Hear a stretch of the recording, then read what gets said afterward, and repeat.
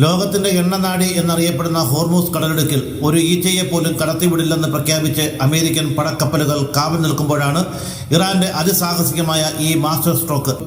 അത്യാധുനിക യുദ്ധക്കപ്പലുകളെയും നിരീക്ഷണ ക്യാമറകളെയും വെറുമൊരു നോക്കുകുത്തിയാക്കി ഇറാന്റെ ഒരു കൂറ്റൻ സൂപ്പർ ടാങ്കർ ഉപരോധ രേഖ മറികടക്കുന്നു. വെറുതെ ഒന്ന് പോയി വരികയല്ല ചെയ്തത്, മറിച്ച് ദശലക്ഷക്കണക്കിന് ബാരൽ എണ്ണയുമായി ഇന്തോനേഷ്യ വരെ പോയി കച്ചവടം നടത്തി സുരക്ഷിതമായി തിരിച്ചെത്തിയിരിക്കുകയാണ്.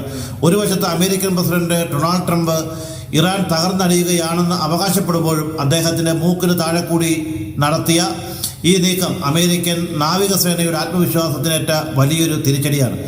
ഈ ഉപരോധം കാരണം ലോകത്തെ വളം വിതരണവും എണ്ണ വിപണിയും വലിയ പ്രതിസന്ധിയിലാണെന്ന് UN മുന്നറിയിപ്പ് നൽകിയിട്ടുണ്ട്.